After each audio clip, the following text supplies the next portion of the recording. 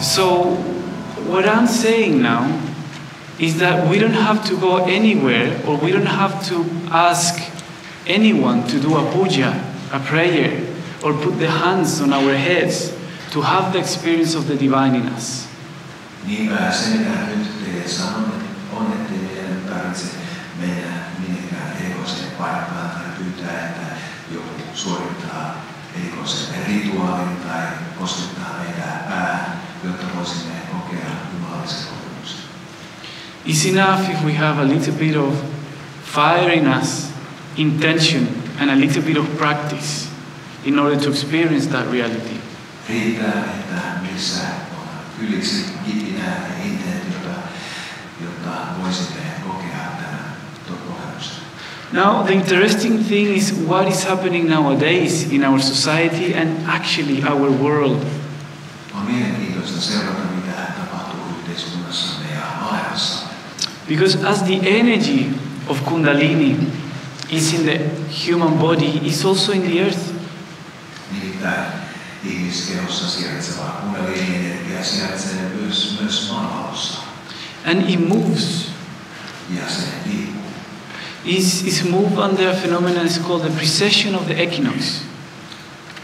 Tätä ilmiötä kutsutaan kääntöpiirin kiertämiseksi. So it could move a bit before the precession of the equinox, during or after the precession of equinox.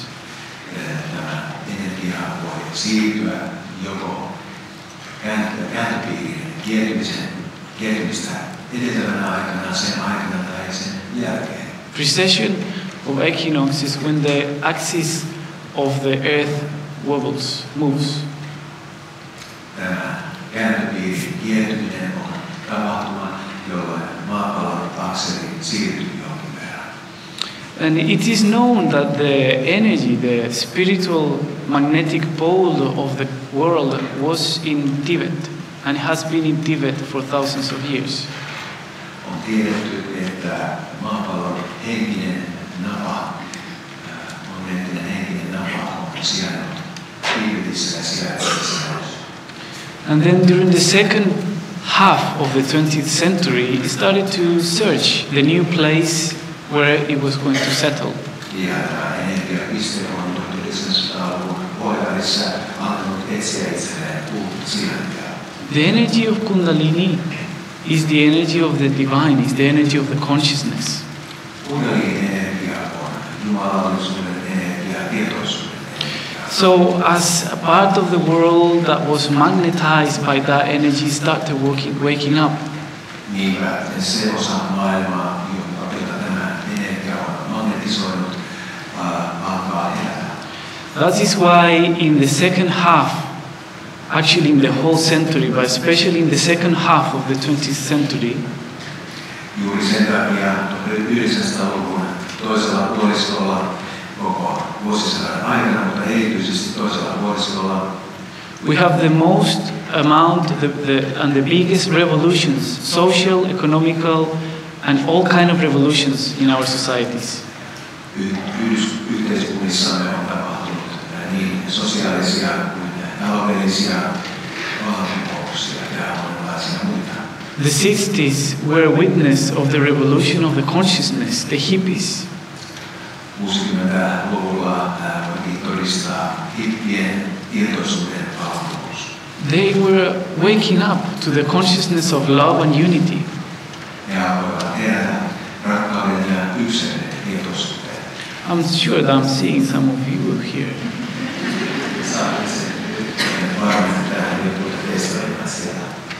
So what happened is that the manifestation of that energy is through this consciousness of unity and love. Ja todellakin tämän yksilön ja rakkauden tietoisuuden energia on ilmentynyt. But also reform, Ja muuttunut. justice, truth. Ja totuus ja oikeudenmukaisuus on alkanut ilmetä. It's in this time when Yogi Bhajan, the first Kundalini Yoga master, came to United States. Niin aikoina ensimmäinen Kundalini joogamestari saapui Yhdysvaltoihin. But in his understanding of the changes of the earth and the changes of the consciousness, he went to the States. Mutta ymmärryksessään maapallon tietoisuuden tasosta hän meni Yhdysvaltoihin. And he saw a lot of people doing LSD, cocaine, marijuana. Ja hän näki useiden ihmisten harrastavan LSD:tä, kokaiinia ja marijuanaa. And he said, gosh, what do I do? I know a system, Kundalini Yoga, that make you feel so high without burning the brain. Hän mietti itsekseen, mitä tehdä, sillä hän tunsi järjestelmän, Kundalini-järjestelmän, joka avulla pääsisi todella korkeihin tietotasoihin ilman, että tietoisuuden tasoihin ilman, että tuhoaisi arvoja. But the mentality that he had coming from India was that only a few privileged people could practice this system. Mutta hänen tapansa ajatella, joka oli Intiasta kotoisin, oli, että vain harvalla ja valitulla olisi etuoikeus tätä harjoittaa. Now he decided to break that rule. Hän vihdoin päätti muuttaa tämän säännön. He decided that for the sake of those searchers, he was going to share the system of Kundalini Yoga for them to have a natural, organic experience of that kind. Hän päätti, että näiden etsijöiden vuoksi hän jakaisi tiedon Kundalini Yogasta, luontaisesta tavasta löytää korkeampi tietoisuus. This was a revolution. Tämä oli vallankumouksen tapa. Only if you were on the highest level of the society, Brahmin, only if you were the spiritual expert, you could have the possibility to practice Kundalini Yoga. Vain harvoilla yhteiskunnan korkeimmilla tasoilla olevilla brahmineilla oli tuolloin mahdollisuus harjoittaa Kundalini Yogaa. So he decided to teach it openly.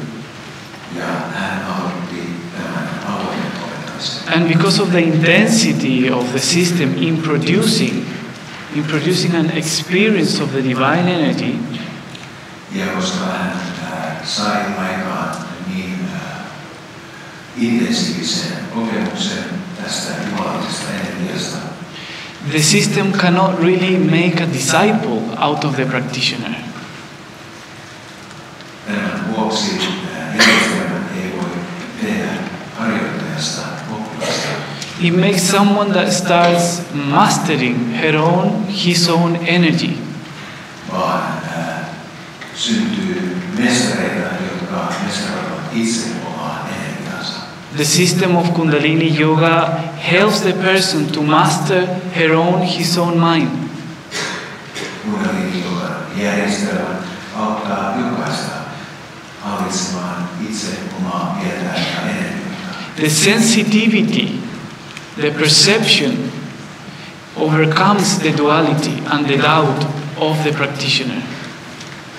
Ymmärryksen ja tajunnan herkkyys ylittää kaksinaisuuden ajatusmaailman. The practitioner starts evolving in consciousness, which means basically that you feel there is something beyond your physical body. Tämän järjestelmän harjoittaja alkaa ymmärtää ja saavuttaa sellaista tietoisuutta, joka saa ymmärtämään uusia asioita ihmiskeosta. And then the nonsense of our mind, of our subconscious content starts to be purified. Ja meidän tietoisen mielemme lörpöttely alkaa tuolloin puhdistua. That makes your energy shine, it makes you radiant. Tämä saa energiamme puhdistumaan ja säteilemään. And it makes your energy magnetized. Se myös magnetisoi meidän energiamme.